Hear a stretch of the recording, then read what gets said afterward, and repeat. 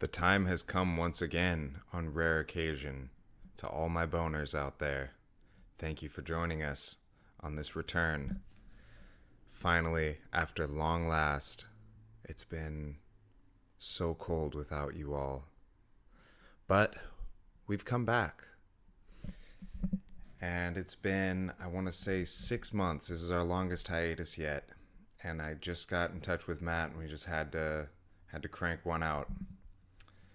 But hopefully this will be the start of something new, something beautiful, something consistent, something that I can hold on to, and something you can rely on.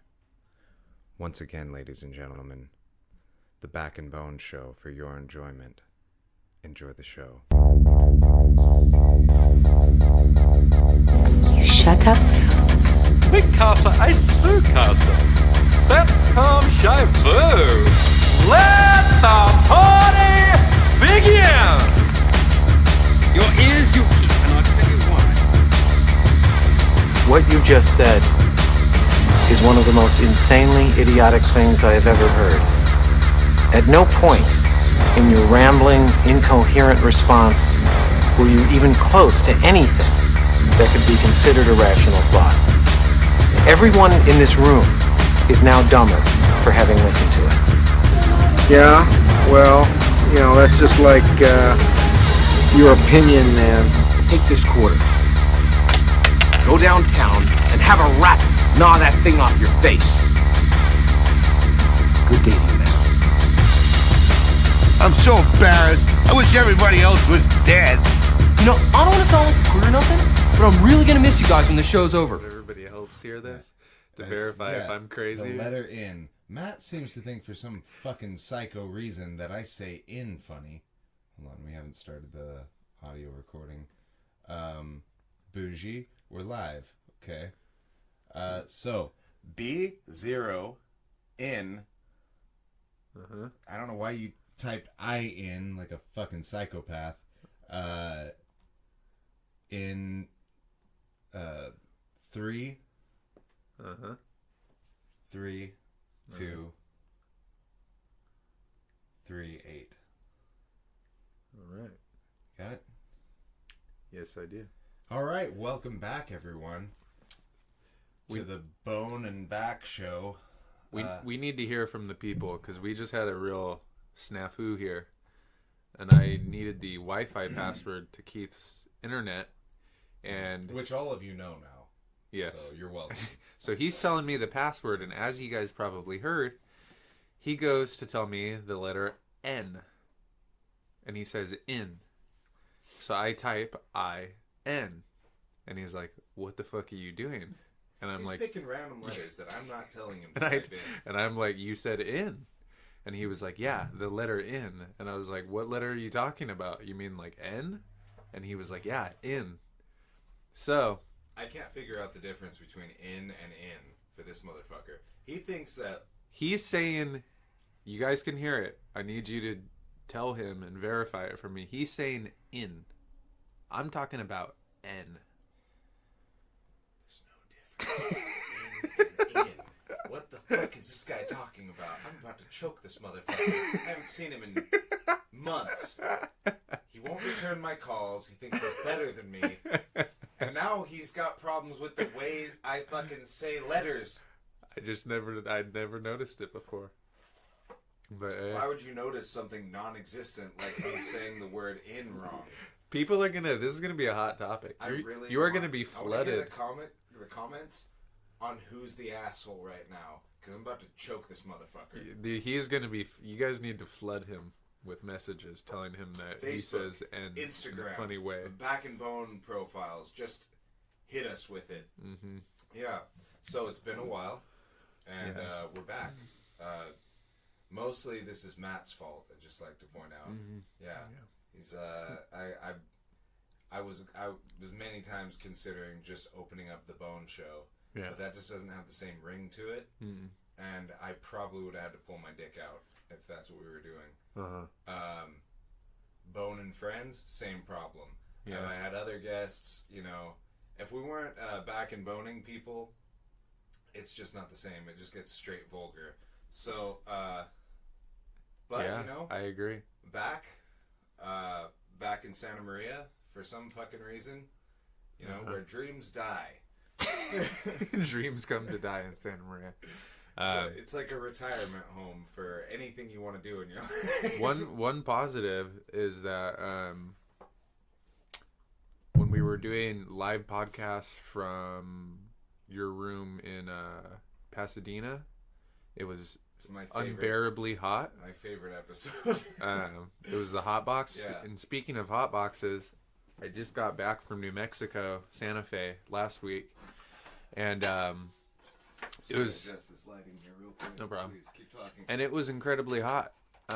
It wasn't super bad. It was in like the mid 90s, and it was fairly dry. But I'm prone to getting heat rashes, so I got a heat rash, and it fucking sucked.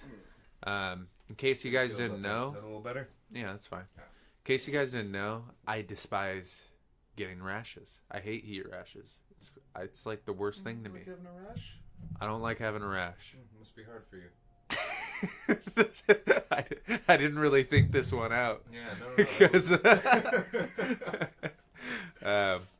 but yeah, I don't like it. It's just not for me. So, New Mexico gave you a rash. It gave me a That rash. must be a common problem. It was I itchy. imagine the people of New Mexico just have to live with this all the time. Everybody leaving their... They, you know, they great should really state do something rashes. about it. I was thinking about starting some sort of a petition, An anti-New something Mexico to thing, yeah. create awareness about the dangers of heat rashes. The dangers of visiting New Mexico in general. They can really damper your vacation, Yeah. and it did for me. Well, I hate to hear that. You know, I had my first sunburn in like 15 years the other day. Yeah. It was gruesome. It was hilarious, actually. I went to the beach with some people, got stung by a stingray. Bottom of my foot. I didn't know that was. How'd you get stung by a stingray? Stepped on it. You almost got Steve Irwin. I got well. That's what everybody says, but contrary to popular belief, Steve Irwin did not die from being stung in the foot by a stingray. He was stung in the chest. He was stung in the heart by a giant stingray. Yeah, a I little was different. stung by a stingray that was about this big, Mm. with a barb like that big. Whereas Whoa. Steve Irwin got one of these Yeah, motherfuckers he got in his a- heart. You got a big old Yeah, one. but I have a souvenir. This thing's nice. Wait till you see this, guys. This is the bag that the Wow. medics fill with hot water when you get stung with it by a Whoa. stingray. Go on. Look Suck at it in. that. It's all adorable. Has a little stingray, You know, stingray figurines on it. That kind of looks like it could be like a hipster store in like Venice, where they're like, "This is Stingray surf to surf Stingray shop," surf- or yeah, you know? something like that. We've got all your fucking fedoras and. I was gonna ask if you killed the stingray for revenge. I thought about going back out there and coming after it, but I realized that the stingray, the gentle stingray, is really our friend, and they don't really attack unless they feel threatened. And it was my big fat foot that stepped on its back, and I imagine if this thing comes anywhere near you in nature, you're gonna probably stick something inside of it. I would. Was it painful? Enormously painful. It was so fucking painful. It was like a bee sting, but like if a bee was like 30 pounds. Like Yes. it was my foot was all bloody. It was getting sand mashed into it because I had to like waddle my way to the lifeguard post and everything. Getting stung by a 30-pound bee does sound like it would be awful. I mean, I imagine if a bee was 30 pounds, it would probably put a lot more venom in the sting. No, it was just like it hurt for hours. It was pretty bad, and it was sore for a few days. Like those motherfuckers, I guess there's some areas where they're really common. Like if you go to Bolsa Chica, that was where I got stung. They're fucking everywhere. I was the 5th person that day that stepped on one. Wow. And then there was like 25 more that day that stepped on them. Nasty creatures. Stay away from Bolsa Chica. Well, shuffle your feet and don't go in the water because it's not fucking worth it. Well, you know, something fun I did while I was in New Mexico is I went to this thing called Meow Wolf. Have you ever heard of this? It sounds made up, so no. It's a interactive art installation with like 70 different rooms. So that's a little bit more intense than the one I went to. I went to an interactive art exhibit in Hollywood called Flutter. That was pretty fucking amazing. I think that one was only like 15 rooms. Yeah, I think there's more and more of them popping up, but It's pretty cool. if you guys get a chance to go, I mean, it's not for everybody, but if you get a chance to go, I would highly recommend it. It was If you pretty like impressive. drugs, these things are pretty cool. Like if you're Yeah. the type of person who enjoys tripping out on shit, then it was like an episode of like Twin Peaks or like the Twilight Zone. Like you walk in and you open the fridge, and then the fridge leads into another room, and then you can like hop in the washer, and that leads to another room, and then they have a giant dinosaur fossil that you can start playing like a drum, and like it's pretty cool. It's pretty amazing. It's pretty cool. the one I went to, Flutter, it was like it wasn't quite as like situated like that. It was just like you go into the first room, and then there's all this crazy shit, and you get to interact with it. There was like the first room had, for one, it had the most comfortable beanbags. Probably the most comfortable piece of furniture that I've ever touched my body to, were these fucking beanbags. And then you sit there and you put these VR headsets on. They're the HTC VR headsets, and then you watch this VR music video that this guy made, super weird. And then you go from that into the actual, like the hallway, and you just start picking what rooms you want to go to. And there's a ton of them. There was one that the walls are covered in these Velcro shapes that you get to pull off the wall, and you get to redesign the room however you want. There was one that had black light makeup. The whole room was covered in black lights, and then there was these crazy designs on the wall, and you get to like do your makeup and and then a lot of vaginas. Lots of vaginas in there. Lots of drawn vaginas. Yeah. Hairy vaginas, waxed vaginas, bleeding vaginas. They had all kinds. It sounds like it's the wave of the future, It's kind a of. very vaginal place. Very These vaginal. It's beautiful. It's so much better than because I actually really am not into, like, I've been to vaginas. yeah, that, but also I've been to the like the LA Museum of Art, and like I've been to a few art museums, and they just don't do it for me, man. They bore. I want to take a fucking nap when I go into an art museum, which is weird because I grew up doing like a lot of art, and I've always had a big interest in art. But art museums are just, they kind of depress me in a weird way. I guess it would have to depend on the type of art museum. Yeah, I was gonna say More classical art, I guess, bores me. Just like, yeah. What do you like? What gives you that feeling when you go to a museum? Because I don't know. I don't have the same feeling. I go to an art museum. I always have this like. I don't do it enough though. Like I don't go to museums quite enough. So when I do go, I have this little thrill to it. I really enjoy museums, and it's like I get a really similar feeling that I think most people get to maybe going to like an amusement park or something. Because it's very exciting to get just sort of immersed in art for me. Like I get to read about the artist, and I have like professionals there who are talking about the art and stuff. And I get to learn a lot about it, and that's really fascinating to me. I don't know what it is. I really couldn't even explain it to you. But I did probably like just notch up my nerd gauge there like pretty profoundly. No, not at all. I mean, I don't know what it is. I think I think growing up, I always thought I would enjoy it, and I go and it just bores me. I don't know how to describe it. I was like obsessed with Leonardo da Vinci growing up. I had all of his art books. I've always enjoyed it, but just I don't know. It's just like I'll look at it for like a second, and I'm like, oh, that's from like 1500. That's cool. It's old. All right, next. And then I don't know. I can't linger there too long, I guess you could say. I'm the same in that sense. Like, I can't sit there and, like, look at something for a long time and be like, just soak it in. Yeah. But it is really exciting to get to a museum and, like, I want to see the next thing. And I want to experience it all. Have you ever been to the museum at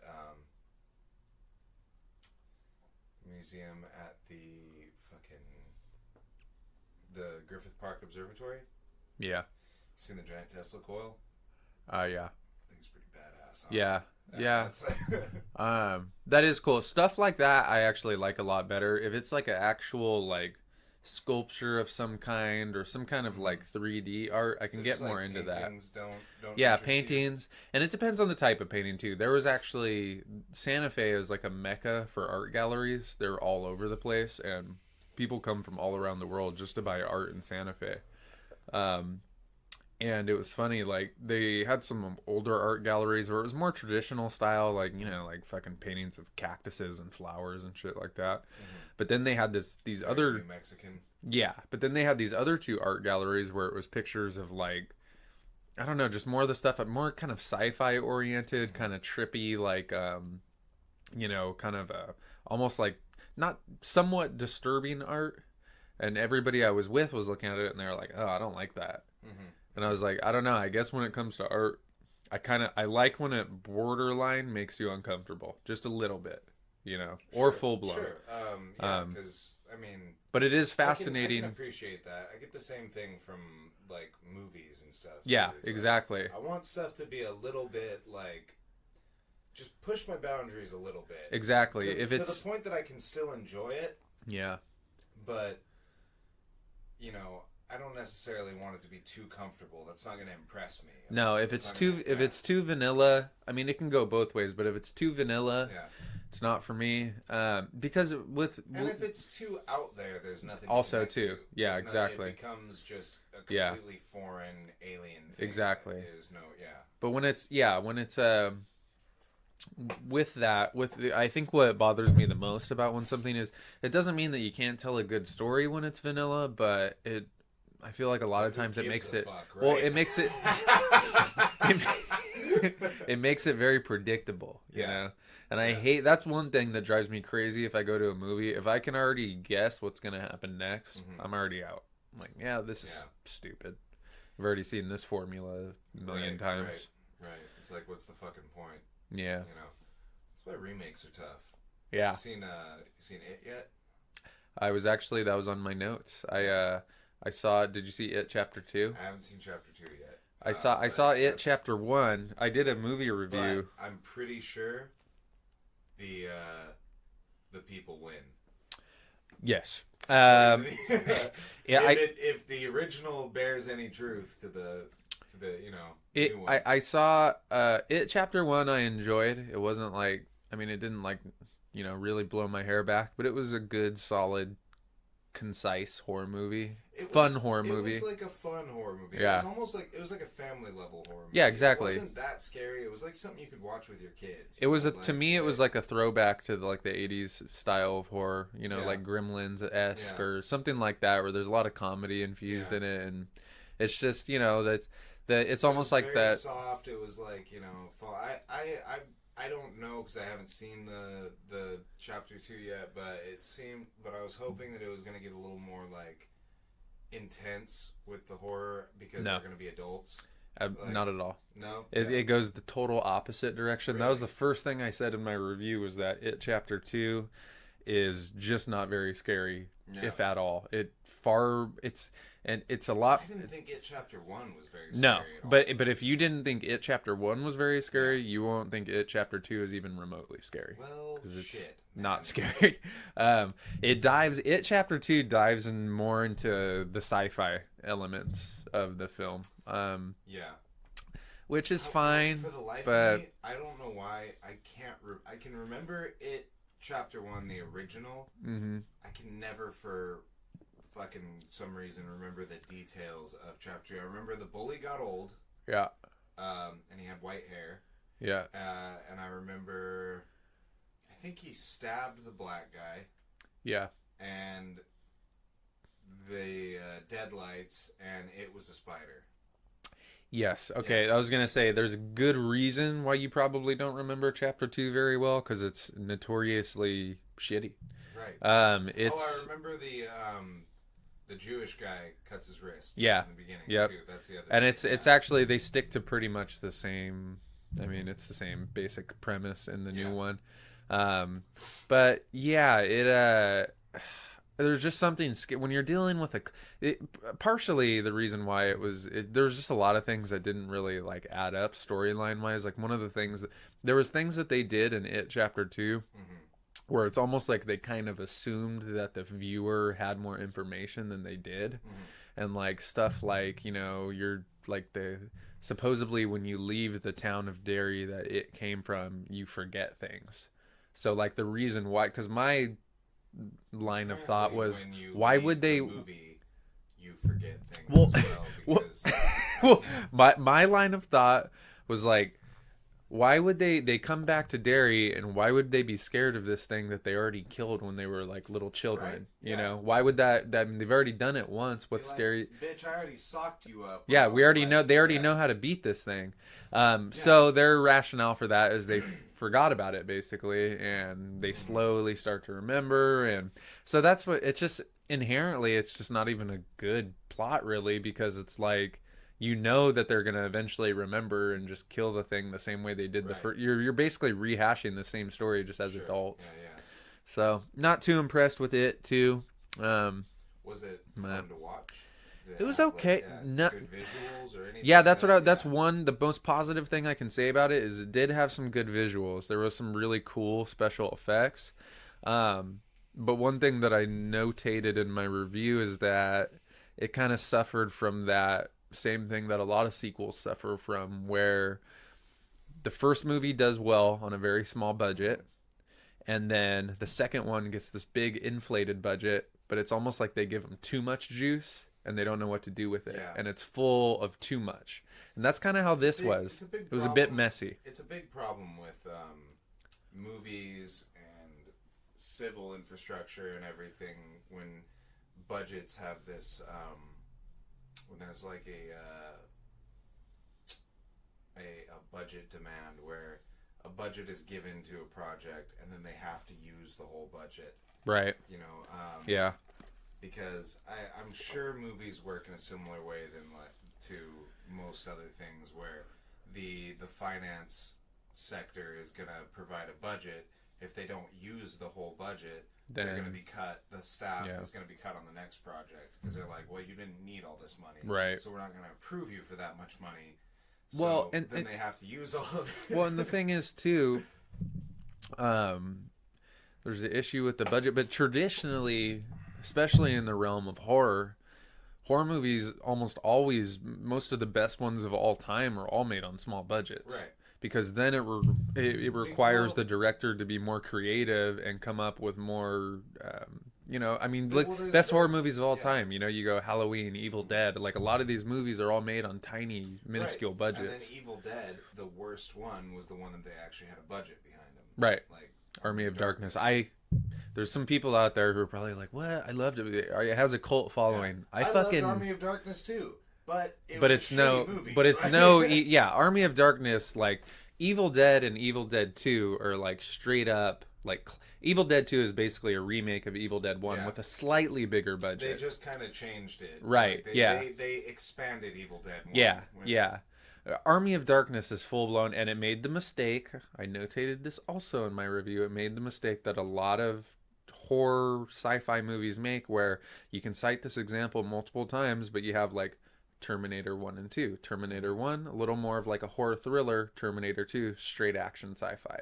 Right. You have Alien, horror thriller. Aliens, the Marines come in, they're fucking machine gunning Action aliens. sci-fi. Action sci-fi. Same thing with Army of over, Darkness. man. You Get make over Ash a it. hero now because he's already conquered the villain. Now he's a fucking, he's ready to go. Yeah. And it's, to me, it's a mistake because you're drifting Well, too far from the source material. It is, but in the specific case of the Evil Dead franchise, there was a kind of like, there was this kind of attachment you get to Ash, where that character with the chainsaw hand and the boomstick and everything, he can't, like, did you ever watch Ash versus Evil Dead? The Showtime series? Yeah. It was great. It was really good. Yeah. It was a great, But see, that was the right... And it was a perfect thing to do with that character. Exactly. With what they had left off with the whole Army of Darkness thing. That was the right... The video games, all the Evil Dead video games were really good. Well, that was the right way to do it, I think. They took that character and they put... I mean, Army of Darkness had that comedic twist, but... I think the Showtime series really like nailed it. Yeah. You know, they took it and went full force, and they made Ash this just really, really, really funny, like dirty just character. Trashy dude. Yeah. He's just this trashy trailer park old man, but he just is a fucking gangster when it comes to killing monsters. I mean, talk about an example of like perfect casting. Oh yeah. Like Bruce Campbell's Ash might be like the most perfectly cast character ever. He's the original B movie actor, and that leads me into a movie that my sister and I watched last night, a classic that a lot of people have not seen, a fantastic B-movie role by Bruce Campbell himself, Bubba Hotep. I've never sat down and watched Bubba Hotep beginning to end. Then you are missing out. I've heard. I have heard. Movie. I know the basic premise of Bubba Hotep, and I know all about it. Very campy, very silly, very basic. Where the idea is, it's not clear from beginning to end of the movie whether or not the character is mistaken. Sebastian Haff, played by Bruce Campbell, is an Elvis impersonator who he's in an old folks home. Mm-hmm. And he believes that he's the real Elvis. And somewhere in the peak of his career, he wanted to give up his throne as the king. So he went to the best Elvis impersonator he could find and switch lives with him. Is that why Bruce Campbell says "Hail to the King" in Evil Dead? Is that, or in any of those movies? Because you know how he says "Hail to the King, baby." Is that like a reference to that? I believe that was much older than Bubba Hotep, but no, I know that, but I think, or maybe I'm sorry, I meant to say in Army of Darkness. I think in Army of Darkness he says "Hail to the King, baby," and I think that was much older than I think Bubba Hotep. Bubba Hotep was probably like late 80s, early 90s. No. Bubba Hotep was like 2000s. Oh really? Yeah, Bubba Hotep's shit. Fairly new. Okay. In the scheme of things, Army of Darkness is much older, but this is after Bruce Campbell was pretty well established as a B-movie actor. Right around the time he was in Spider-Man. Yeah, I would say it's about that time. Yeah. When he created Spider-Man, as he noted. He could have. No, I was just about to say something really silly, but then never mind. He could have been Spider-Man. A young Bruce Campbell's Peter Parker. An old Bruce Campbell. An old Bruce Campbell. Like all an aging Peter Parker. Out of the spandex. That's actually talk about good casting. Aging Peter Parker, Bruce Campbell around Army of Darkness era. As an aging Peter Parker. Or maybe a little bit older than that. He was a little bit too young in Army of Darkness. Yeah, I was gonna say maybe like aging character. 5 to 10 years after that. I love the idea of that was one of my favorite things on Spider-Verse. The fat Peter Parker who's out of shape. Talk about perfect. Yeah, and then hilarious. Talk about perfect. Also perfect. The perfect casting. The what's his name? I always forget that actor's name, but the guy they got to voice him. Perfect casting, like perfect type of voice for that character. Yeah, he's a great actor. Jake Johnson, I think his name is. He's a great actor. He was the principal on 21 Jump Street, right? Yeah. Yeah, I love him. He One more gay black kid getting punched in the face away from fucking aneurysm. It's one interesting thing I read about Into the Spider-Verse and it's like one of those really subtle things that you'll notice when you're watching it, but if you don't have, and I don't work in movies obviously, and if you don't have an acute, don't I though? If you don't have an acute eye for something like this, you'd never notice unless it was explained to you. But something cool that they did was they place Miles Morales' character in the movie at a slower frame rate than Peter Parker's. Mm-hmm. So when they're web slinging and stuff like that, Miles Morales almost looks like that stop motion, like clunky, really like this. Right. Whereas Peter Parker's fluid and smooth, and they did that to show that this kid is learning how to use his powers, so he's still very awkward like a child. Mm-hmm. And this Peter Parker has been doing this for years, so he's smooth and he's fluid. Even though he's all like fat and out of shape, he is like a professional Spider-Man. Right, he's exactly. Yeah, he's been doing it for years. He could do it with his eyes closed, you know. And that's what part of what made that movie so great is the attention to those little details like that. That's what sets a great movie apart from a good movie. It was a really exceptional movie, just overall, like so much better than I expected it to be.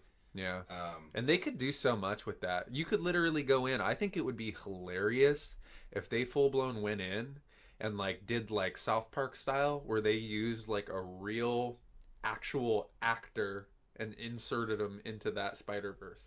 Like if they took Tom Holland's Spider-Man and Andrew Garfield and Tobey Maguire and just threw him like Roger Rabbit into the cartoon universe.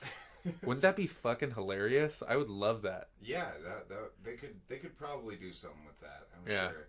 They probably wouldn't. They would probably just animate him and include. I feel like the days of, as you mentioned, Roger Rabbit, that whole like that intermingling of animation and live action is probably behind us. It is like because it's got such a bad reputation for what's been done in the past. there's only a couple of examples. You have Roger Rabbit, Cool World, with Brad Pitt. World, that's what I was trying to think of. Yeah, I think that was a Ralph Bakshi production.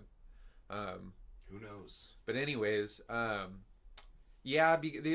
inherent problem with something like that is South Park will do it, and they just won't even acknowledge the fact that, like, remember when they had Mel Gibson and it was his actual face? Yeah. They just won't acknowledge how ridiculous it is. Right. They'll just pretend like nobody notices. That's the beauty of South Park. Yeah. They don't have to answer to anyone. Whereas with Roger Rabbit, they openly acknowledge that there's the cartoons and then there's the, so I don't know how they would go about South that. Park, he was chopped up like one of their goddamn Canadians, so he looked like fucking crazy. That was, like, he was was really, a classic episode. It was an image of him, but it was him like a photograph cutout with his head cut in half, so they could move it around. Like, it was insane. Mel Gibson is funny. I watched, there's this thing that they do on, I think it's Collider.com, but it's where they'll do actors or like directors roundtable. Well, they'll just sit there and talk for an hour. And most people... I don't know how much is getting picked up here, but you should probably sit a little closer. Yeah, I know you don't want to be that close to me right now, but it's been a while, Matt. Most people would probably find this... sorry. So it comes out of these sides. Oh, okay. Yeah. Most people... He never listens to me. Most people... Like his mother sometimes. Would probably find it incredibly boring. But it's basically a round table of actors and directors that just sit there and talk about like their movies and their like artistic process, and I don't know, I like it. But they had an episode that had Mel Gibson on there amongst like 6 other actors and directors, and he just always looks like he's just barely holding it together. He's gonna fly off the panhandle. And even when he talks, like, it's so... Well, whenever you see him anywhere, like, you see him at, like, UFCs and stuff, they'll, like, pan the camera over to him. It just looks like he's about to pop. Like, yeah. The crazy look in his eyes. Like... But the fascinating thing about this inside the actors roundtable was that when they get to him and he starts talking, it's just like that undeniable star quality. It's just, like, magnetic. Because it was the other people at the round table, some of them were actors, but most of them were directors. And it's so clear the difference between what makes a star and not, Right. The other people could make movies that have stars and have all the creative content, but when he talks, you're just like, you just listen. Right. Right. He really draws you in. Yeah. Mel Gibson's great. He is great. He might be... He might be a batshit horrible crazy. racist. He might be batshit crazy. You know. Can you recover from what he did? I mean, he kind of recovered. He made some successful movies after that. He made some really He never successful he movies, never but fully mainstream recovered though. He didn't. kind of, yeah. I mean, like he's still out there in the world and he's still successful and everything. I mean, he has that black mark against him. Like, well, it's there's hilarious. no getting around that. I Yeah. mean, look, if I'm a black man or woman, or even if I'm not, I'm probably not going to like Mel Gibson. I mean, it's pretty hard to like a guy who said the shit that he said. It was insanely. What if you're Jewish? Or if you're Jewish. There you go. But the difference with that, though, is that they didn't get him on film saying that about Jew. I think that was just what the cops had said. Right. They have him, like, voice recordings of him saying the shit that he said about black people. And it is... Hilarious. I mean, that's, you know... Everybody has a friend who at one point you're like, oh, I heard him say some questionable things one time. That's who Mel Gibson But- is to us. Right. He's our friend. Right. Who's made some Okay. questionable statements But about when... people of color. If your friend makes a questionable statement, it's typically fairly mild. It's in passing, and then you kind of just forget about it. It's not an insane tirade that goes to epic proportions. I mean, that was like, holy shit. God, I love Mel Gibson.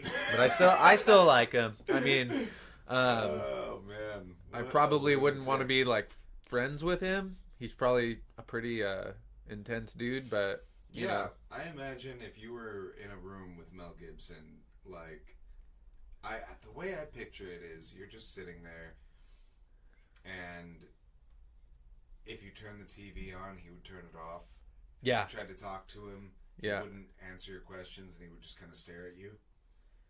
And if you tried to leave, he might follow you. Like, Here's a perfect Mel Gibson scenario. Like, let's say I'm Mel Gibson, mhm, and I'm gonna offer you a drink, mhm. and you deny the drink. So I go, "Hey, would you like a drink?" Oh no, thank you, Mel. Appreciate it. What do you mean you don't want a drink? I'm not thirsty right now. You're fucking insulting me. You need to take a drink. Take a fucking drink. You're insulting me. That's the type of shit. That's the intensity I feel like Mel would come at you with. I think it would be more subtle than that. I feel like it would be intense in a more subtle way. Like you would reject the drink and he would just pour it anyway. He'd be like, "Well, you're gonna take it." So because in my house, in the Gibson house, We take we drinks. take drinks. And then he And would there's do. no black people allowed. Take your shoes off. God. No Jewish or black No people. Jewish or black people allowed in the Gibson house. God, he's so horrible. All right, on from Mel Gibson. One thing I wanted to talk about. Have you ever been on a flight that had turbulence? Doesn't every flight have turbulence on it? I'm talking about. Have I just been flying American Airlines too much? I'm talking about turbulence that makes your balls pull up into your stomach. Like that kind of turbulence. Like real fear turbulence. Yes. I don't think so, no. All right, this was when we went to New Mexico, this was like my 10th flight.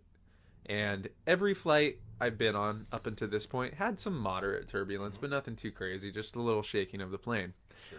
But as we were taking off back from New Mexico, the plane dude, full blown. It was just one time, but it was full blown. Everybody up out of their seats, like boom, dropped. And people screamed. Like, it was fucking intense. It was the only time I've ever been on a plane where I could not relax for the entire flight after that. And the entire time, all I could think about is like the scene you see in a movie where the person is ruminating, envisioning themselves and the sound of beep, beep, beep, beep, beep, beep, beep. Like, literally, that's all I could think about the entire time. Right. It was fucking horrifying. And I don't get scared on flights ever. And I was like sitting there just totally on edge. Everybody around me was on edge. You could tell. Like, it was just a room full of uncomfortable people Oh. just looking out the window. it was fucking awful. God damn, is that scary. I'm really glad you went through that. Makes me feel better. Yeah. Were you near the wing? Could you see, like, you know... I could. What was it? What was the movie where the gremlins... Twilight Zone. Oh, yeah, it's Yeah. Twilight Zone. The gremlins on the way. Yeah. Yeah. No, it was just... God damn, it was scary. I don't know what else to say. I think you said it. Yeah. You know what I want to talk about really, really bad? I've wanted to talk to you about with this. I want to hear what you want to talk about. What the fuck is going on with BJ Penn? Has he lost his goddamn mind? I remember hearing some shit about it. Who's he You fighting? haven't seen it? No, I didn't see it. No. I remember hearing about it, like, he wants to fight everybody still, but, like... You're telling me you haven't seen the video of BJ Penn getting knocked out in a street fight? No, by I an heard overweight bar patron? I heard about that. Yeah, what's he doing? All right, let's watch this video. I see All right. him gearing up here. So they released a video of BJ Penn in a street fight about, it was like a few months back. And it was him on top of this guy, controlling him, just throwing punches and elbows, just beating him up, basically. I didn't know he got knocked out. I heard about that. Okay, no. I'm I'm gonna explain it. I'm gonna explain it. This, please. Okay, so they released that video months ago, right? But then they released this video recently, just like a week ago, of BJ Penn. This guy's throwing punches at him, and BJ's like, yeah, come on. He puts his hands down, and he, like, you know, kind of like lets him. But then one of them hits him, and BJ goes out cold. Which, look, I think that a lot of people who haven't been in a fight really don't understand how easy it is to knock somebody out if you're just letting them openly. Like, a girl can knock you out cleanly. It doesn't take a lot of It power doesn't to take a knock lot. somebody If you're out. just If leaving you're- your chin out if there, you're- it is very your easy to chin get is knocked out. and you're relaxed, like your neck is relaxed, and you're just like, what? It takes very little pressure. Yeah, it doesn't take much. So I'm not faulting BJ Penn for that. It's not like he was fucking squaring up boxing with this dude and the guy KO'd him. However, it is so insanely, like, he should know better. It's so insanely stupid. And now this is going to be a part of his legacy, essentially. So this was the first video where that they released months ago. Yeah, the guy's shooting in, BJ's controlling him. Or no, this was the one they released recently. Sorry. I wouldn't call that guy. Oh, but then he goes out. Hey, to be fair, that wasn't like a bad combo. The guy went over the top and then came back with a hook. Now, it's even if you just watch the beginning, though, it's pretty obvious that had BJ wanted to take control of this, he very easily could have. He let the guy punch him, but what a fucking critical mistake. Over the top and comes back under with sort of a shovel hook. That wasn't a bad shot. No. Let's, put that out there. For those of you guys that haven't seen this, BJ goes out, his head bounces off the concrete. He was fucking out. No doubt about it. Well, you always hear these stories about pro fighters, and like sometimes you hear stories about a fighter fucking somebody up at a bar. Sometimes you hear a story about them getting knocked out in a bar fight by, like, you know, fighters are people too. Yeah, you know, they're human. Our bones are denser from the amount of strain we put on them. We're prepared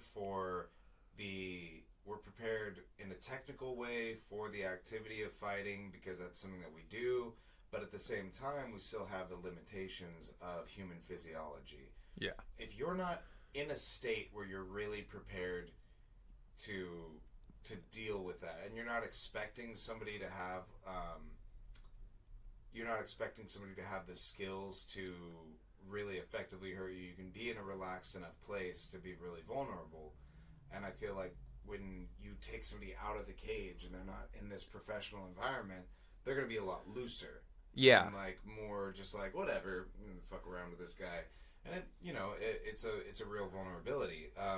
You even see that with fighters who are at the top of the heap for too long, and they become complacent with their skills, and they don't expect anybody to challenge them. Yeah, classic example, Anderson Silva getting KO'd by Weidman. Yeah.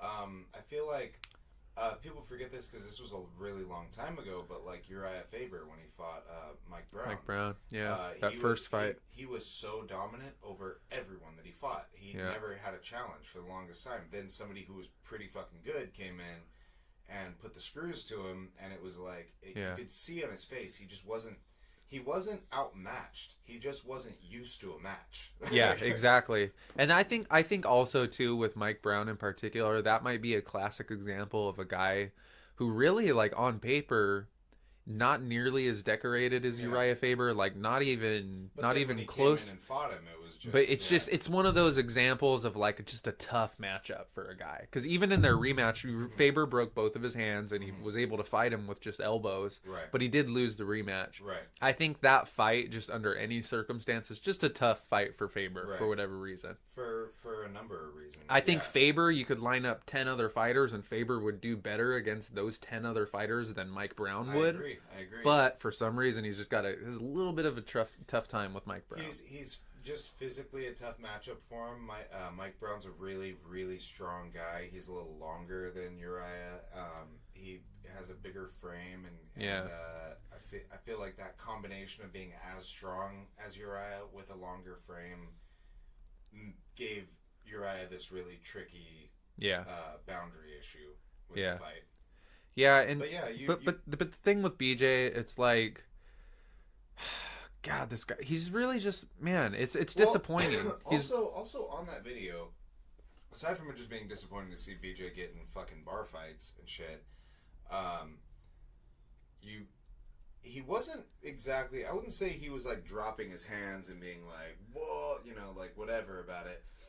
The guy was shooting in on him and he came up off the shot and threw a combo and caught him. And that was actually like, caught him off guard. You would expect somebody to do that in a fight effectively. Like that's a not a bad idea. So let me talk about that more. I'm gonna go pee real quick. Matt's gonna go pee, and I'm gonna talk to you guys. We're gonna have a little technique hour with the bone time, if you will. I was gonna try to combine the word technique and bone, but I don't think there's a way. But yeah, I mean, a really good example of that being done effectively. I mean, mixing shots with strikes, old school, Kevin Randleman versus Mirko Krokop. Randleman was shooting in on Krokop a lot, and he was pressuring his hips and making him fear the takedown, because Kevin Randleman was a world-renowned wrestler. He was highly decorated, expert, explosive guy. Krokop was a dangerous striker, and here he is, obviously just not worried about the hands of Kevin Randleman. Kevin Randleman doesn't even knock people out. Sure, he's big and strong and dangerous and explosive, but he's not somebody that you have to worry about in that sense. But Randleman kept working the shot, and as he feared the takedown, his hands come down, and he defends his hips. Randleman goes for one duck, pops back up with a lead hook, similar to the shot that BJ got hit with. Really, really similar, in fact. And just put his ass to sleep. And that's what, changing levels is really good for. The only thing about this fight is it's a big fat lop who doesn't appear like he has any business fighting anyone. I'm somewhat surprised that he was able to pull off techniques that effectively, but he did, and he also outweighed BJ by a good 100 pounds by the looks of things. Oh, the guy in the video? Yeah, it's just, BJ just, more and more stuff has come out too. There was like some crazy stuff that BJ Penn's wife was accusing him of. There was some other stuff that came out. God, who was it? Nick Lentz was saying that BJ Penn, he's been calling out BJ forever and nobody knew why. And apparently BJ was like harassing him and his wife on Instagram. And like there's just more and more shit that's coming out where it's kind of just seeming like BJ's not a great guy. He's kind of like the Mel Gibson of... Exactly what took the words out of my mouth. And I really I feel like a lot of the stories that we told about Mel Gibson can just be paralleled. Yeah. Like our assumptions about Mel Gibson can be paralleled with BJ Penn. Like, just with a different accent, Yeah. Coming to his house, or like you guys are in a room together, you turn on the TV, BJ might turn it off and be like, I don't want to watch TV, bro. What are you doing, bro? I don't want to No, watch bro, TV. I don't want to watch TV. And I'm trying to hang out with you, bro. not to You mention, don't think I'm entertaining enough for you? Here, have a drink. B- I don't need a drink, BJ. And he just pours it anyway. He's all, well, we're having a drink, okay? BJ is on an epic losing streak right now. Oh yeah. Well, He's coming off 1,000 of years old. 2, and he- 3, 4, 5, 6, 7. He's coming off of 7 losses in a row. He's got to hang it up. There's nothing else to say really. You know, the guy's just got to stop. Yeah. And it's not even one of those things where the fights that he lost What were. the fuck was he doing fighting Ryan Hall anyway? Okay. That's a crazy Talk. one. I know, right? I couldn't believe that when they announced that I was like, what are they doing, matching him up with Ryan Hall? You've got this young, like up and coming stud in the prime of his career, He's like the best fucking grappler of all time. yeah, like, and you're putting him in there with. What the fuck? That's yeah, crazy. That's nonsense. But they had no business. But well, I was listening to Joe Rogan's Fight Companion yesterday, and Eddie Bravo was saying that I guess they have a really hard time getting matchups for Ryan Hall. Yeah, Nobody wants to fight him because he's such a tricky. I mean, when you got a specialist, dangerous guy. Yeah. A dangerous human being. when you got a specialist like that, people just don't. They don't want that fight. It's tough to prepare for, I guess. And Well, his yeah, straking's how do you prepare for a Ryan Exactly. Hall like that? Yeah. You can't get somebody who can grapple the way he can. no. You just And fucking dude, can't. and have you seen how much better his striking's got? I've heard. He's actually got some pretty creative, like he's throwing some crazy like wheel kicks, Yeah. and they're like fluid too. They're not like shitty looking. Right. They're good. Interesting. So guy's doing well. Yeah. Well, good for Ryan Hall. You know, speaking of bar fights and things of that nature, have you seen the video of Connor punching the old man? It was more like a bitch slap. Yeah. He but- kind of like he like I watched his apology video too, which was kind of Which was like, so weird, it right? Was really weird. He like, seemed like he was like fucked up, like he was. He seemed like he was like in a weird headspace, like he might have been like pilled out or something. Yes. And he seemed like he was very regretful, but he kind of didn't actually ever apologize. He never like He never basically apologized for doing it. He was kind of just like in this weird zone. He was like, yeah, it's in the past, and it was wrong that I did it, and I shouldn't have done it, but I want to put it behind me. Dude, never be like, I'm sorry. It was, you know, he just couldn't quite like put the I'm sorry out there, but it was like it was super strange. It His was whole strange because demeanor about it. it was very like and he He said also wouldn't admit that he did it either, and I'm sure that was Yeah. like a that was probably a probably. legal thing. And he Because like admitting that he did it would put him in some sort of he just kept going, it's all resolved now. It's all. But you know what? I don't necessarily disagree with his approach in not apologizing to the public for it. Right.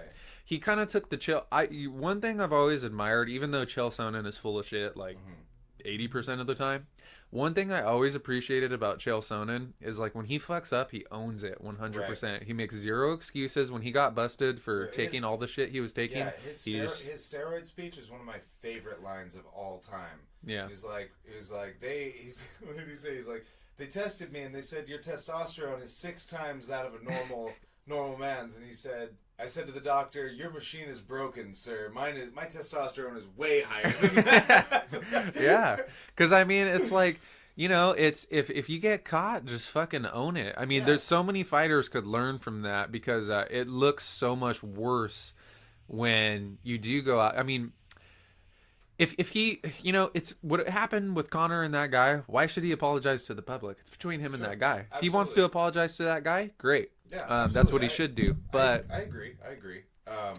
It was just weird because like it felt weird because that was like what he was there to do. He was Yeah, there and he to make didn't. The apology you shouldn't for- you shouldn't put yourself on a platform like that unless you are prepared to do that because that's what Right. people are And expecting. he was not doing And- that. and on top- okay, he and was it- dancing around it. It was like a Right. 45-minute interview. Yeah, and it Like, would have been different if Connor had looked into the camera and said and explained, look, I don't need to apologize to the public. I don't need to apologize to you or anybody else. I apologized to him. I made my man. You know, if he had said that, okay. But he was just the situation is under control. I made amends with him. I'm here to explain the situation to you. I'm not here to apologize. Right. But he kind of danced around the apology. It was and he kept repeating himself and saying, "Yeah, it's in the past. The situation's been resolved," and he kept saying that like in circles, and that was really strange. Yeah, it was very uncharacteristic in the sense that typically he's like Mr. Smooth Talker, and there was just nothing. He had a very like neutered demeanor, like somebody had whipped him, like he'd had something. He had an agenda. That's what I was getting out of that. There was something he had to get out for some reason that wasn't his own priority. Yeah, that was what I was getting out of that. Well, Justin Gaethje went hard at him on Twitter. Did he? Yeah. God, I gotta pay more attention to social media. I'm not on Twitter. I read this on MMA Junkie, but they said that Justin Gaethje like full blown said he was a piece of shit husband and human being. That everything he's done is irredeemable. Like that. I mean, it's at this point though, it's kind of hard to disagree with him. I mean, me a good bad husband story. That's yeah. But speaking of Justin Gaethje, he's going to be fighting Donald Cerrone coming up. That should be a really good fight. That's a very, very interesting fight because I think they must have trained together because they both came out of Winklejohn's spot. What's his name? Cerrone. He like hates Winklejohn, right? Now he does. He was talking a lot of shit on Winklejohn, and he was saying good things about Greg Jackson, but he was very anti-Winklejohn. I can't remember. He said that Winklejohn, what Cerrone said about Winklejohn was that the way he holds pads is cookie cutter. He doesn't necessarily cater to who he's working with, and he's basically just concerned with keeping it like a Toys R Us gym where they're just fucking bringing people in and out. Right. And whereas he said that the other guy Jackson was a lot more attentive to detail, and he was kind of basically said that Jackson was kind of the mastermind of everything, whereas Winklejohn was just kind of. And he said basically the longer he stayed there, Jackson has kind of moved into the background, and he doesn't really do any hands-on work with the fighters much anymore. Right, yeah. But now he's at the ranch or whatever. The BMF. Yeah. BMF ranch. What do you think about that fight? Who you got between Cerrone and Gaethje? Okay, so we got this thing going right now with Cerrone. Cerrone made his old man comeback. Like he's in the twilight of his career, but he's having that like he may not even be in the twilight of his career. He may actually be in his prime. I don't know. But he made this big move where he just went on a tear and was fucking everybody up, putting people in their place as he's fighting them. And then he fought Tony Ferguson, and that really halted his ascension. Yeah. Now, in that phase of his career, you have to think about what that does to his mentality. Is he coming back from that as a like? Fuck it, I'm here to win fights, I'm here to, just keep putting food on the table for my family, that's the place he's in? Or is he thinking, well, fuck me, I'm not getting the title now, and did that shut down his so you gotta know where his head's at to make a really honest assertion as to what you think is gonna happen in this fight. I think Cerrone 2 fights ago beats Gaethje. I like Justin Gaethje. I think he's a really exciting fighter. I think he's fucking badass. I think he's a little sloppier than Cerrone. And I think Cerrone's inside game is going to cut through... prime Cerrone's inside striking is going to cut through Gaethje's striking. But it's hard to say. It's an interesting fight because it's a similar spot that you've seen Cerrone in before. And typically, against a fighter like Gaethje... Cerrone either looks really, really good. Is it Gaethje or Gaethje? Gaethje. I've heard I'm not sure. Gaethje. Mm-hmm. So he either against a fighter like that, he either does really, really good or really, really bad. Because You look at his fight with Ferguson. You look at his fight with Nate Diaz. You look at his fight with Jorge Masvidal. You look at his fight. There's a couple of other examples I'm forgetting. But one thing that Gaethje, Jorge Masvidal, Nate Diaz, all those guys have in common is they have that tough, like, mental strength.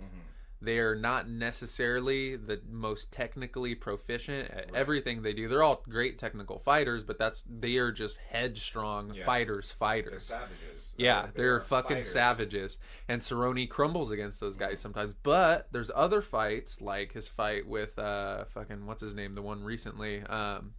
God, why am I forgetting his name? Perry, Iaquinta, there's some other ones. Yeah, he beat where the dog shit out right, of, like, and there's fights like that was like he made him look like he had no business. exactly. So then there's fights like was that beautiful, where yeah. he comes out and he picks those type of dudes apart. Yeah. So it's I tell you what, this is not going to be, to me, I don't think it'll be a super competitive fight. I might be totally wrong on that. I think it's either going to be he's going to look great or he's going to crumble.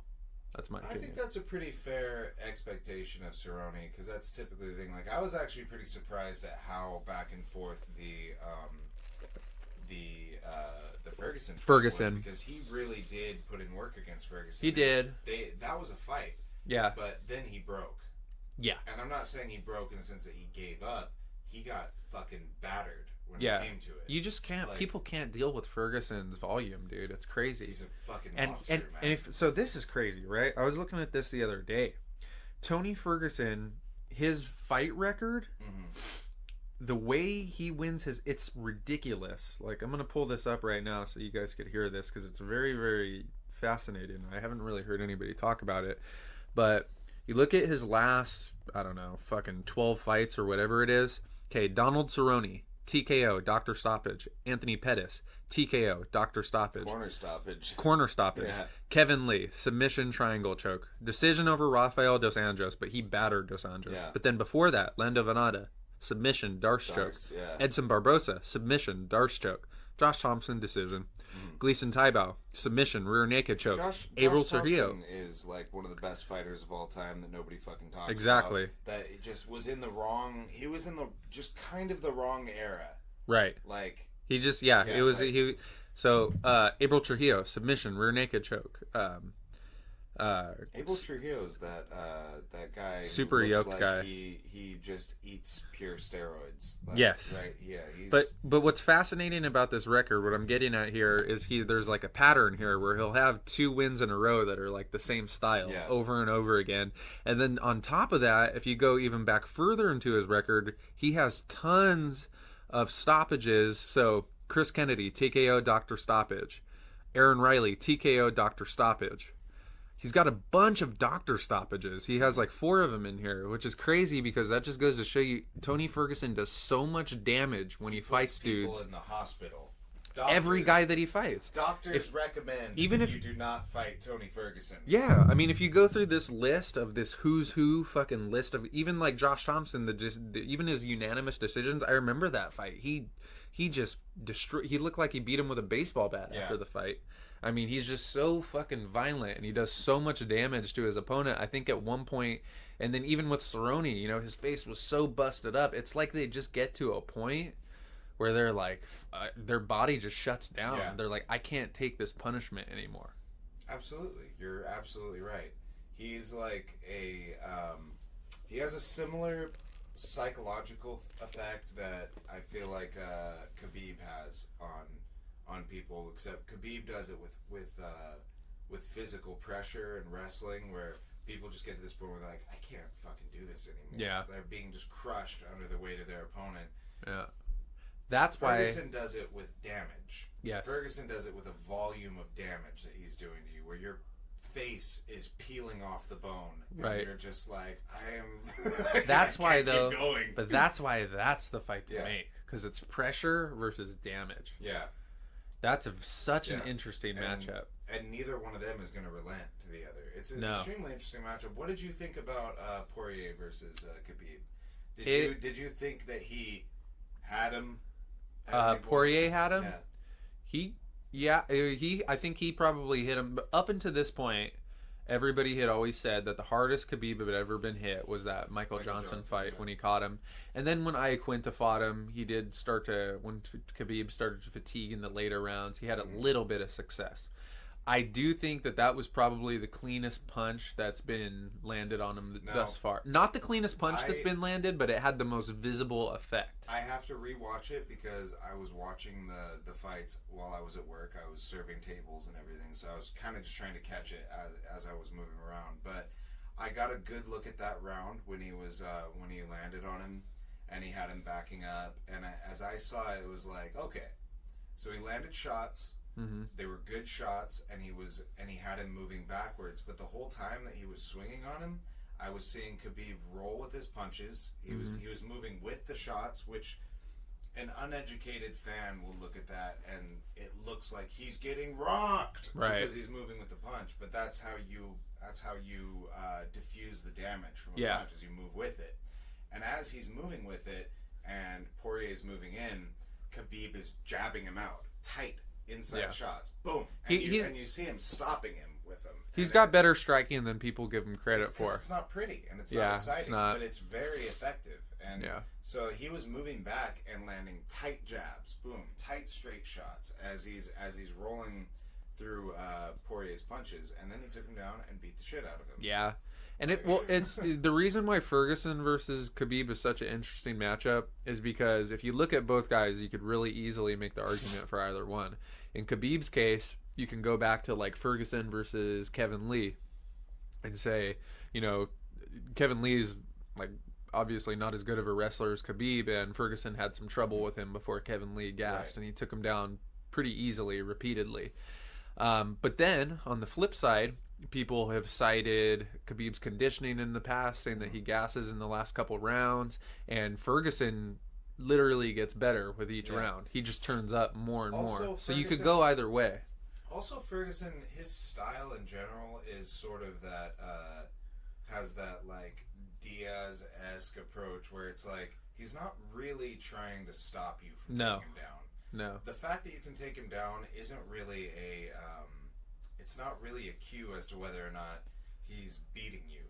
No. He's gonna fight you from his back. Yeah, he doesn't. He's 100% cool with that. Yeah, he does not care that he's getting taken down. He's like you said, he's totally cool with it, and he'll do damage from the bottom too. Yeah, he'll be elbowing you from the bottom, and he'll be throwing submissions at you, and he may be losing on the scorecards because he's on his back, which is still something that needs to be, reviewed. That's the fight to make. There's no other lightweight fight on the planet. Dan Hardy made a really good point about that when I was listening to him talk, and he was saying like, and I agree with this, and I disagree to an extent, but I really agree with this statement. He was saying that to a wrestler or to somebody who's doing it, a takedown is sort of its own reward. Like you shouldn't just win a round because you took somebody down. You just changed the fight to where you want it to go. You hurt your opponent with a takedown. You should probably look at that as like, okay, that was what I wanted to do and I did it. Now I'm in a position that I get to fight from the way that I want to fight. As opposed to just being like, well, that takedown won him the round. So there's not a fight on the planet Earth. I don't think there's a fight in lightweight history that I've ever wanted to see more than Khabib versus Ferguson. I think it's the perfect culmination. I don't think ever in lightweight history you've had two guys who are on more of a tear, who are both in their prime, clearly. Like that fight needs to happen like soon before they both retire. It doesn't make any sense for that fight not to happen. The only thing that makes any sense about that is that they are that they're baiting it up. They're building the fight, and it's getting to a point where it's like we're at the pinnacle of this fight's potential. We need to just let it happen and enjoy it. And you know what's weird? Khabib is like, I was never like a massive Khabib fan. I've always appreciated him from the very beginning. Like even back when when he fought Dos Anjos, I was telling people this guy's gonna be the champion. Like he's so ridiculously dominant because people were paying attention. I was saying that forever. Right, and people were paying attention to Dos Anjos when he was on his tear. Yeah. But then everybody forgot that right in the middle, smack dab in the middle of Dos Anjos' tear, Khabib absolutely manhandled him. Everybody forgets about that. He was like fucking German suplexing. Exactly. So I was telling everybody, dude, this guy's gonna be the fucking. You guys, nobody could pronounce his fucking name, so nobody knew who he was. But Nurmagomedov said it. Yeah. First try.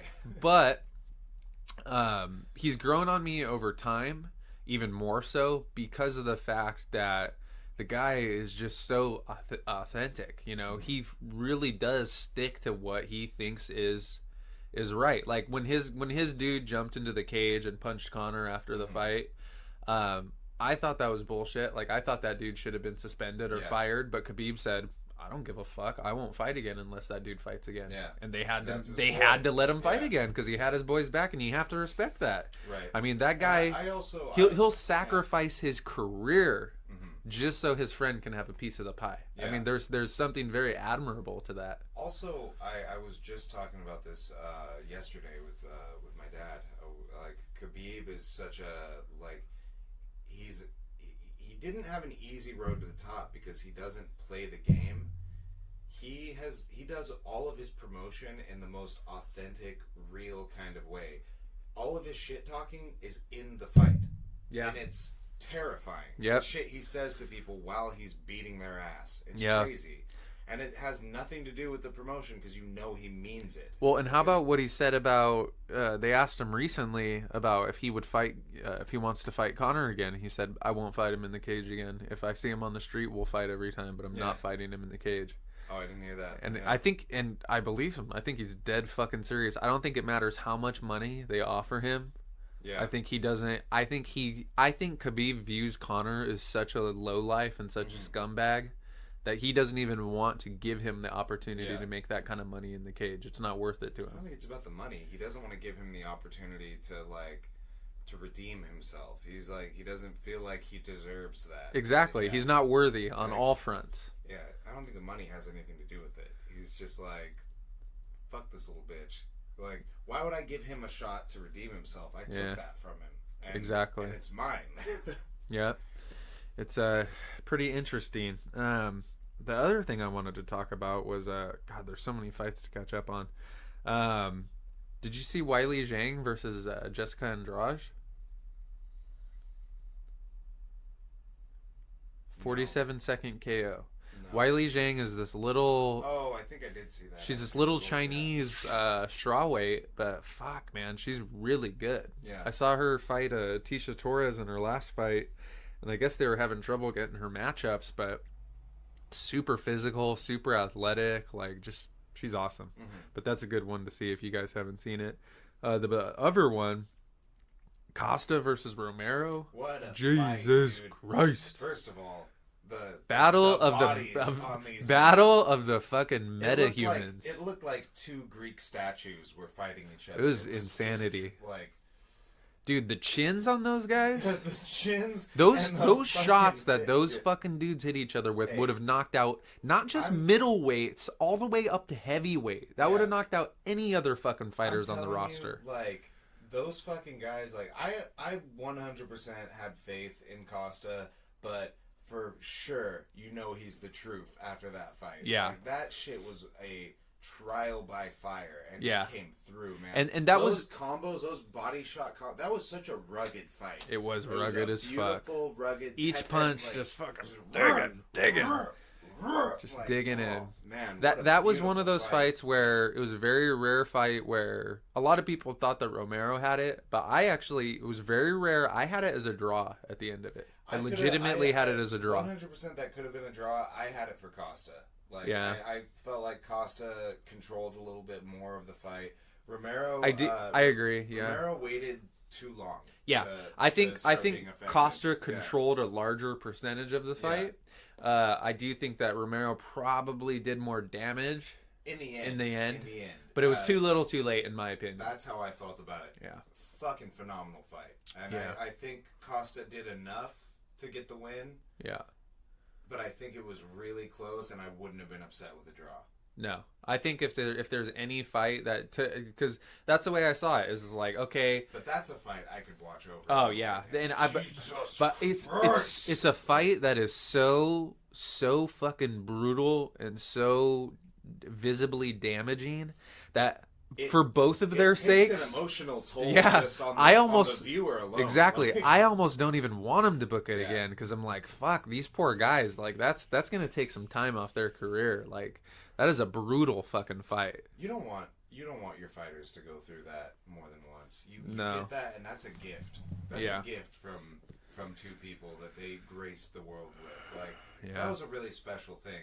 It was. And if you didn't see it, you should honor them by watching it and really appreciate the fact that they went through what they went through to make that possible. Well, so that was a real that was a moment in history. That fight. That's the type of thing that you just don't see. That's what makes the MMA and the UFC so special. That's the type of fight you just don't really see in like boxing. Mm-hmm. Like you just when you have two guys who are just two fucking dominating physical specimens, they don't get matched up. They don't want to fight each other. And when they do, a lot of the time they fight very defensively, and it ends up being a pretty boring fight because they're too dangerous, right? And they don't really want to risk their careers on. But those guys this was opposite, out there. Total opposite. They both put their dicks on the table, and went all out. Yeah, that was a nerve-wracking fight. That fight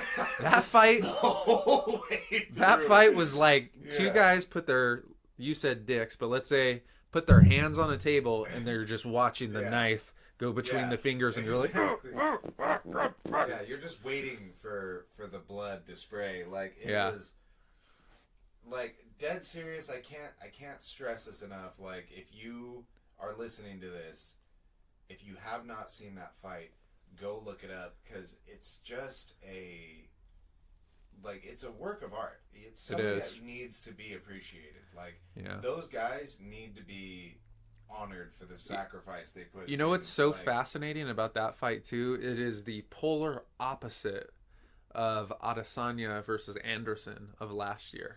Right. It's perfect contrast. Not to say that wasn't a great fight either. Yeah. But just perfect contrast, right? Yeah. Total opposite ends of the spectrum. Yeah, Adesanya and Anderson Silva was a very respectful, distanced, slow-paced, like a sparring match almost, but it was like a masterful sparring match. Yeah. It was two genuine experts that were fighting almost at a pace where it was like there's no way they're going to hurt each other. Right. Well, right now, the middleweight division might be the most interesting division because you have Adesanya coming off that fucking batshit crazy fight with Gastelum.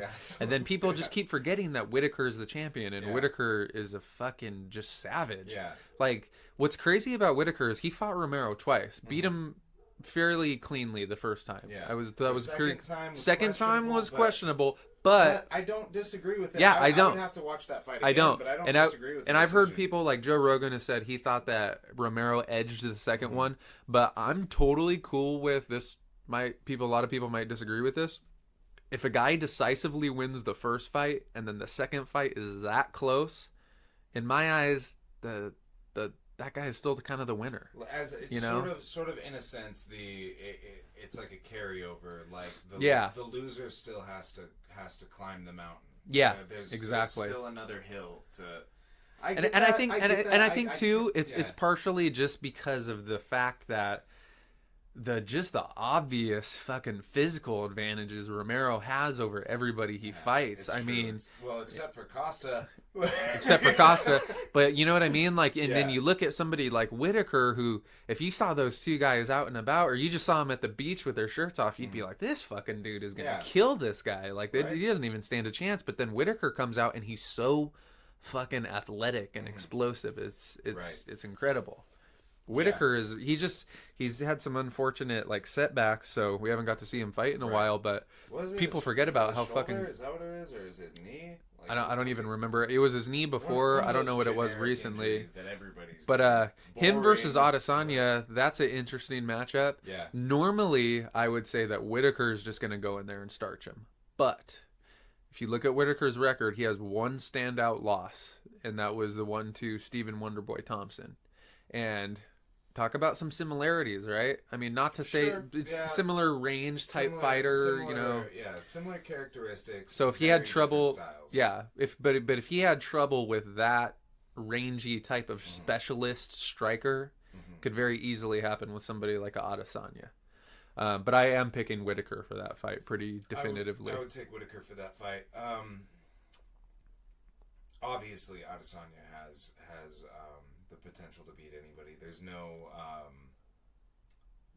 safe place against a guy like that, you know. But I just think Whitaker is a fucking force to be reckoned with. I don't know. Yeah. I see him winning that fight. Yeah. In pretty simple terms, I just see him being too physical, too powerful, and overwhelming. Adesanya. He's just I mean, Adesanya had trouble with Gastelum, and Whitaker to me is just like a much better version of Gastelum. Oh yeah. Much better. Yeah. Yeah.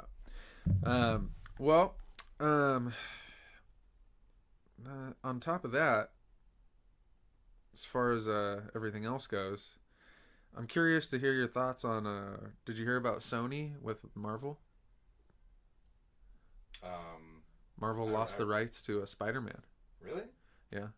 So Sony, the whole deal that they had worked out was that Sony was basically like loaning Spider-Man to Marvel for like 6 movies. Right. And the way that the deal was worked out is that Sony would get all of the profits for the Spider-Man films. Marvel would make the films. So they produced them, they put them together, they hired directors, actors, everything. They were in charge of the creative process, but Sony received all of the profits.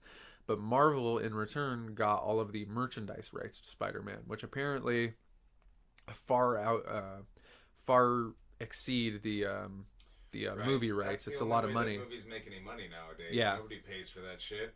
So they went to the negotiating table, and Marvel basically said, we want 50% of the movie revenue as well. And Sony was like, no, that's apparently Sony is like a dying company right now, and their movie section of their company is not profitable. And they basically. I don't really think Sony's doing that good in general, are they? Aside from PlayStation, I don't like. Yeah, no, that's they have a couple cameras that are pretty high end, but I don't think that they're as good as like. They're not even like as good or as popular as like Canons. From what I've read more specifically, just purely the movie department is just not doing well. They're not. Yeah. Their movies. So nobody likes Sony movies. The rumor is that, except fucking Venom, which we already talked about. Yeah. But the rumor is that Marvel came in and purposefully gave them, or Disney rather, came in and purposefully gave them a highball offer, anticipating them to say no. Because of the fact they aren't doing so well, there's been a rumor that Amazon has been thinking about purchasing Sony.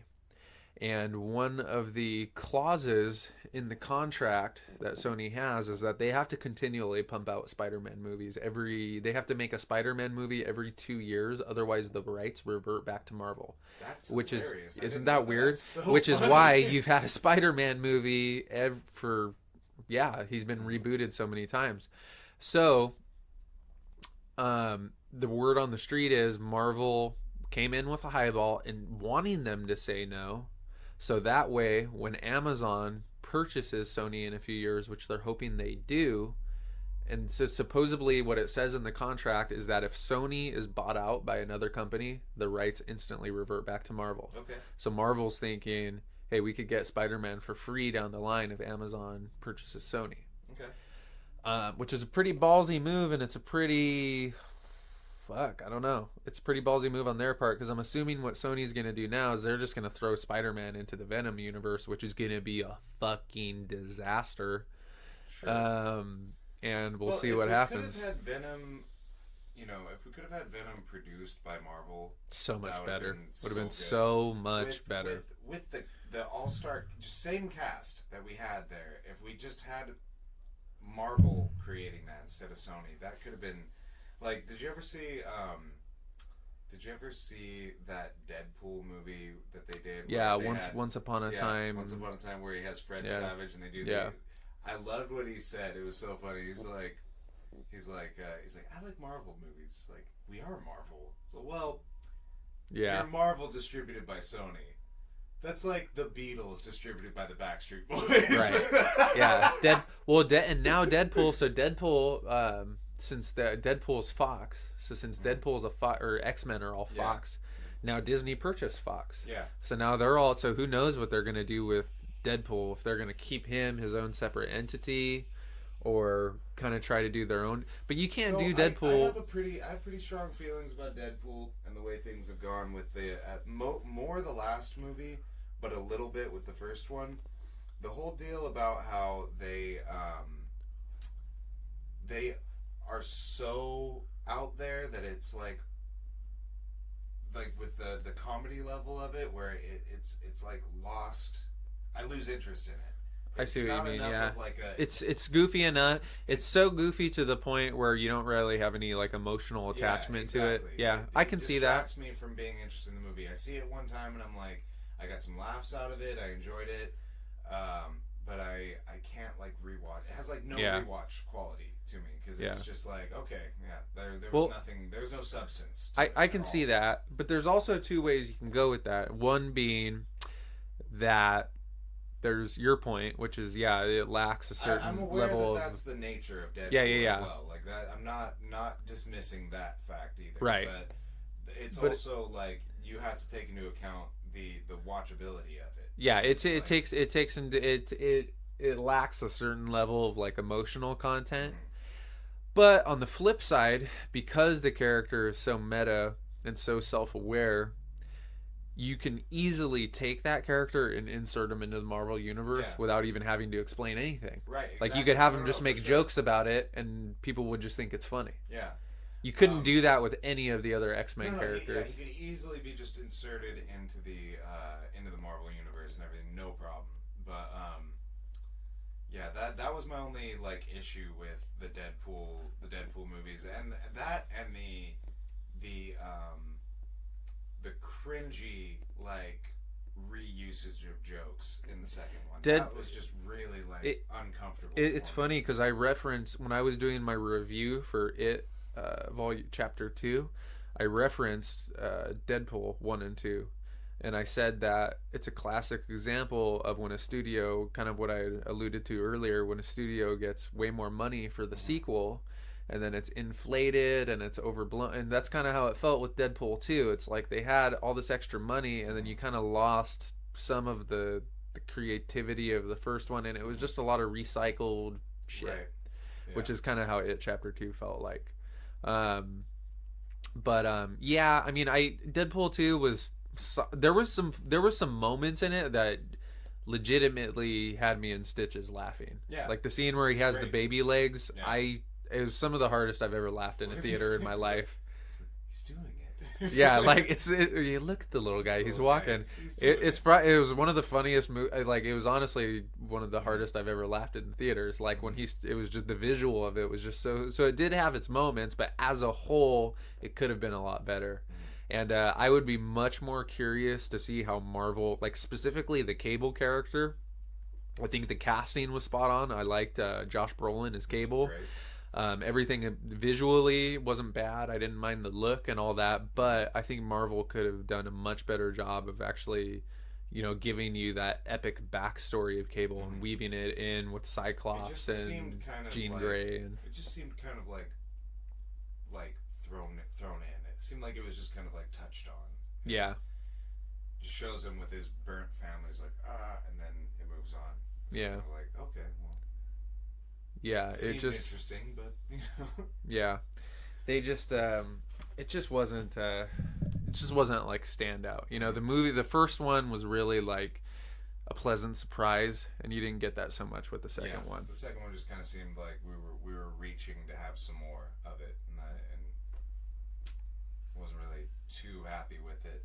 I also feel like on top of the emotional connection and everything, as we mentioned, that invests you in the movie and makes it interesting, I felt like it was very low action because of that. Like the action seemed very the action seemed very superficial and just like something. It was like a layer on top of like the silliness. And The action was like a reason to get to the next joke. Or yeah, like, exactly. That's what that felt like. It felt like the action had no consequence in it. Right. And that's one of the things I really like about Deadpool is the fact that he's this weird, meta, silly, like out there character who also is like a super badass. Yeah. Like I enjoy that other element to him. Yeah. Yeah, whereas in the movie, they just make it pure comedy. Like, you got none of the badassness of Deadpool in the movie. And you need a little bit of that. I mean, for any action comedy to be successful, like, you have to have, especially if it's a superhero. Yeah, it has to have a strong element of the action. Yeah. And that's what Marvel gets right so perfectly, right? Yeah, exactly. The Thor movies, or, you know, anything with Thor in it. Yeah. He's great, but he's fucking hilarious, too. Yeah. Like... Yep. And that was like actually the last Thor movie, Ragnarok. That was probably my favorite Marvel movie. Me too. I loved that movie. I think I've watched that one more times than any of the other Marvel movies. By far the most rewatchable on its own. Oh yeah, definitely. So many good things, and the humor of it doesn't in any way take away from the foundation of it being an exciting action movie. But the humor, it's full blown a comedy. Yeah, it's so funny. It's legitimate as a comedy. Yes, and you can still, and that's a perfect example, because like at the end, right, when Thor gets his powers restored or whatever, and he comes in with the lightning, and you still can get like pumped up for that while it being funny. Whereas Deadpool, not so much. Like you'll think you're gonna get a cool moment like that, and then it just kind of fizzles out, and I don't know. Did you see the trailer for Joker? I saw the one, like the original teaser, like the one that you and I talked about, and we're just kind of like, well, so now there is heavy duty buzz on the streets about Joker. Have you heard about this? They're saying like Oscar really contender level. Yeah, that's what I heard. And it just won, actually. I'll have to fact check this real quick, but it actually just won at one of the film festivals. It won Best Picture, which is like unheard of for a comic book movie. Yeah. But it actually, I think Joker right now has almost like a 90% on Rotten Tomatoes. Really? Yeah, so it looked kind of like it made me nervous looking at the original teaser. Like, it looked like it had potential to be good, but it also looked like it had potential to be fucking super shitty. Trying to find it right now. I'm trying to find the Rotten Tomatoes for Joker right now, but I'm having trouble. Yeah. But anyways, it's high up there. It's supposed to be really good. Pretty good. Yeah. No, I need to watch the latest trailer and see what's going on. When is that released? I think in November. It comes out soon. Jesus Christ, man. Either November or like next month, but in any case, they're saying it's good. Yeah, what's his name? Joaquin Phoenix. He's man. He's kind of turning back into a human being, like, you know. Well, we're seeing him do stuff, and it looks like what he's doing is intentional again. Oh no, sooner than I thought. Sorry, Joker comes out on October 4th. Nice. Yeah. So yeah, and it's supposed to be great. Todd Phillips directed it. I remember we discussed this. We discussed this on one of the podcasts a while ago. Todd Phillips. Good old Todd Phillips. He had like he directed like some weird. He's mostly a comedy director. Yeah, he did like Old School and stuff, didn't he? Yes. Yeah, he did Due Date. Yeah. He also did Road Trip. Road Trip, yeah. Wow. Yeah, then Old School, Starsky and Hutch, School for Scoundrels, that's right. The Hangover. He does a cameo appearance in The Hangover. He's the guy getting blown in the elevator. Yeah. Most people remember him as the gangbang guy from Old School. It's I'm here for the gangbang. Yeah. Probably the best line of the movie. Oh, yeah. But yeah, I'm actually pretty excited for that with all the buzz surrounding that.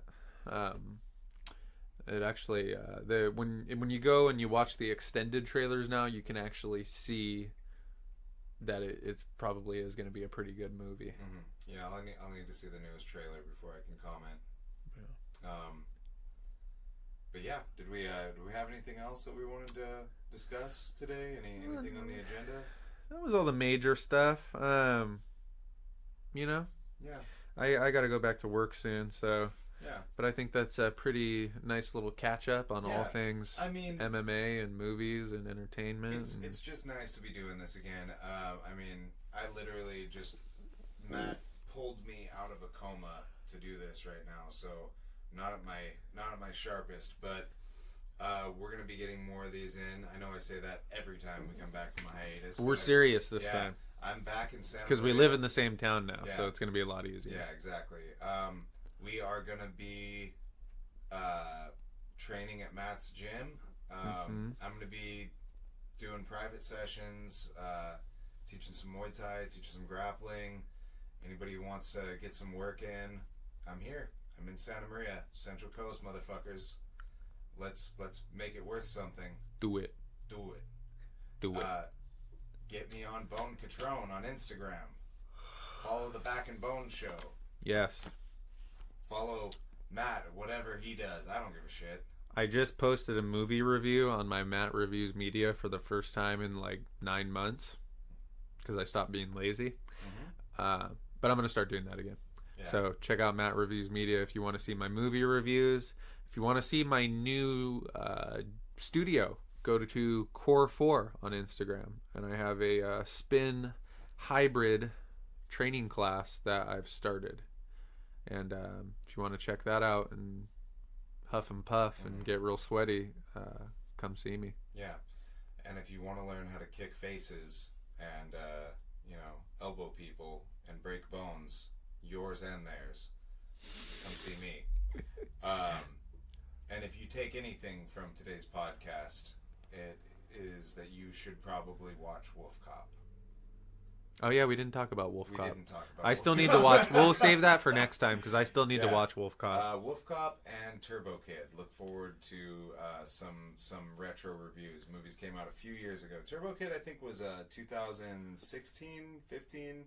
Probably 15, because that was a while back when I watched Cop it. Was, 2014. If you enjoyed, God, why am I forgetting the name of it? That short 30-minute one that was on Netflix. Remember Kung Fury?